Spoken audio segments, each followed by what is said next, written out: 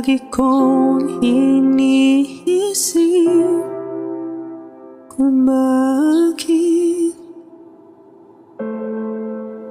walang nakakagusto sa akin.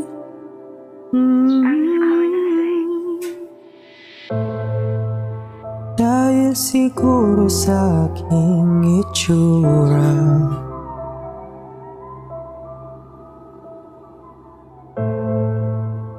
bumaba ang aking kumpiyansa sa sarili.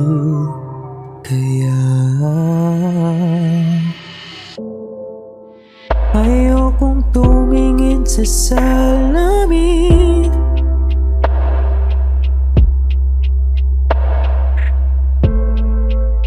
Dahil di ko maiwasang ihambing ang sarili ko sa iba.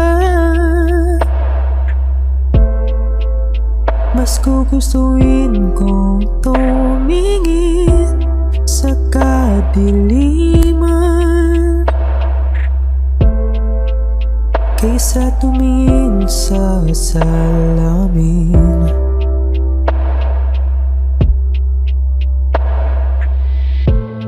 Ang hirap lang tanggapin ang patuloy nilang panghuhusga at hinihila nila iyong pagkatao pababa.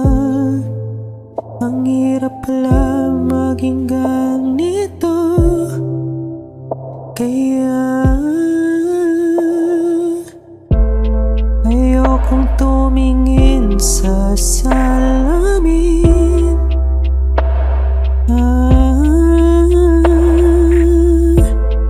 Dahil di ko maiwasang ihambing ang sarili ko sa iba. Mas gugustuhin kong tumingin sa kadiliman